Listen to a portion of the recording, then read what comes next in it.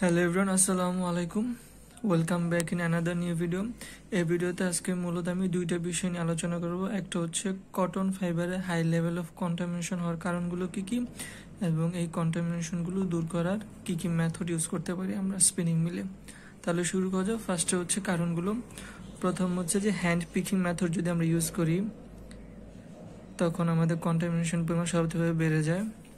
তারপর হচ্ছে যদি আমরা ফার্টিলাইজার ব্যাগস এগুলো যদি রিউজ করা হয় হ্যান্ড পিকিংয়ের সময় বা জিনিংয়ের সময়, তখন হচ্ছে কন্টামিনেশন পরিমাণ বেড়ে যায়।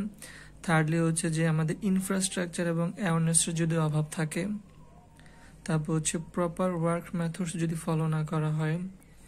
আর ফাইনালি হচ্ছে যে আমাদের কটন বেল যখন প্যাকিং করি তখন যদি আয়রন টেপ ইউজ করা হয় তাহলে আমাদের হাই লেভেল অফ কন্টামিনেশনের পরিমাণ সম্ভাবনা থাকে।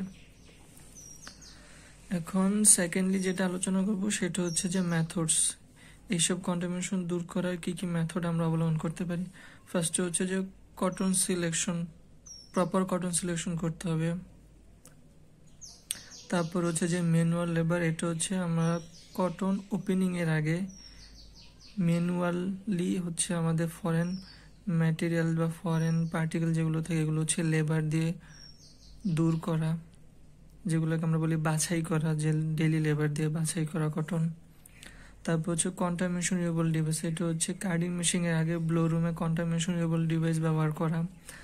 তারপর আমরা জানি যে উইন্ডিংয়ে আমাদের ক্লিয়ারার থাকে, ক্লিয়ারারগুলো কন্টামিনেশন দূর করে। তারপর হচ্ছে আমাদের ফিনিশিং সেকশন, যেটা হচ্ছে ইন্সপেকশন সেকশন বা প্যাকিং সেকশন, সেখানে হচ্ছে আলট্রাভায়োলেট লাইট ব্যবহার করা।